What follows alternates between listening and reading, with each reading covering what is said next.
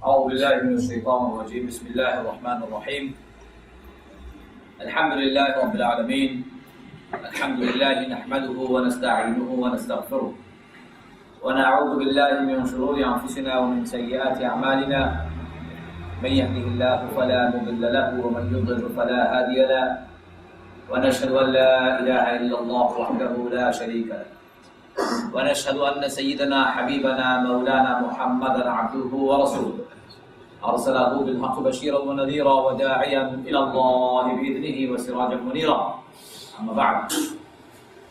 Dear brothers and sisters, I have a good news and a bad news for you. The good news is, in fact, let's start with the bad news first. The bad news is Ramadan is about to finish. SubhanAllah. It is very sad, isn't it? That Allah's most blessed month, the month that Allah He had prepared for you and I to attain the best of this world and best of the hereafter, came in our life yet again and yet again is about to go. We've just, alhamdulillah, finished 28 of our fast, or nearly, and we'll be embarking on the 29th, and then who knows, Eid could be any day soon, inshallah. It's how Ramadan is. That's the bad news. The good news is, you had every opportunity to make the best of it. It is a month when Allah has promised all His blessings, all His forgiveness, and all that we deserve, the best of this world and the hereafter if we seek for it. That's the good news. That did we make the best of it? Did we make what is the best of the months? Well, I would like to ask you 5 questions. And I don't want answers from you now. I want those answers to be reflecting in your mind. I would like you to think about these questions. If the purpose of Ramadan is to attain taqwa, first question is, have we attained taqwa? Let's explain what I mean by this question. He Azza wa Jal says, كُتِبَ عَلَيْكُمُ الصِّيَامُ كَمَا كُتِبَ عَلَى الَّذِينَ مِنْ قَبْلِكُمْ لَعَلَّكُمْ تَتَّقُونَ. The whole purpose of the fast He has prescribed upon you, just like He has prescribed it to those who came before you, is to attain taqwa. So what is taqwa? You hear over and over again from all the scholars in every Jum'ah throughout the month of Ramadan especially, where they explain to you what is taqwa. Have you understood the concept of taqwa? And have you refined your own practices by the understanding, and has it now become part and parcel of your lifestyle? Let me put it to you this way, my brothers and sisters. Taqwa is a refined conscience. Taqwa is a refined mindset. A measure by which you are able to distinguish between right and wrong, and a tool that prevents you from doing that which is harmful, evil and shameful, both in your spirit as well as your physical body. Not only just to yourself, but to the society around. Taqwa is about attaining the strength to be able to fight the temptations and all the diversions of this world. Taqwa is about you and I having strengthened our iman, our capacity to deal with shaitan. Taqwa is about us knowing what is our weakness and us knowing what is our strength. Taqwa is about us investing all our energy, time and effort in strengthening all those good qualities that we have, in making them better. And taqwa is about giving up those bad qualities that we may have attained and may have become part and parcel of our habits over the 11 months where we did not devote all our time in developing and training ourselves. Taqwa is about a refined conscience, a refined characteristics, a refined person. A person not only is good in their thoughts, but also is very good in their practices. Not only is good in their practices and their thoughts, but they are very good in sharing the goodness of what they've learned and what they've practiced. It's all those 3 and more. Taqwa is a measure that you have, and only you have. That's what Rasulullah said when a companion was asking the question about where taqwa was. And when the question arose, Rasulullah said, At-taqwa ha-huna, at-taqwa ha-huna, at-taqwa ha-huna, pointing to his heart 3 times. Pointing to his heart 3 times, because tranquility and closeness to Allah can be only realized through the contentment of our heart. And when we become too preoccupied with our minds, we become disconnected with our heart. And when we become disconnected with our heart, we become disconnected with Allah. And when we become disconnected with Allah, we become discontented. We become unhappy, upset, and miserable.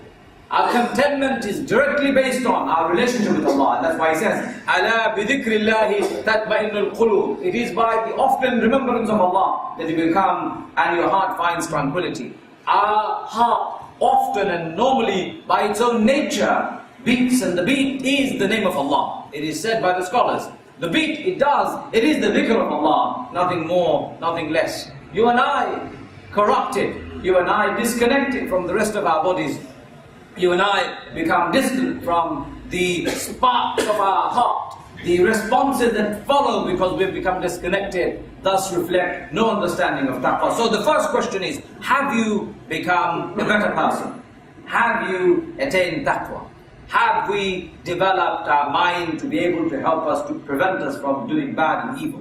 You're walking along the road and you see something that is on your way. You should not be looking at that person who's passing you by, but you stare at them. But that's what you did before. Do you continue doing that in the month of Ramadan? And if you have not been doing it in the month of Ramadan, does it mean you will not do it later on? Why? Because you know, up there somebody is watching. Allah Azza wa Jal, He is aware. Allamul Ghuyub, He is the knower of the unseen. That which you don't know, He knows. That which you cannot fathom, He knows. And He is the creator of the universe, the most powerful. You worship Him as though you can see Him. And if you can't see Him, surely know He sees you. Is it that kind of mindset we have? We go walk along the road.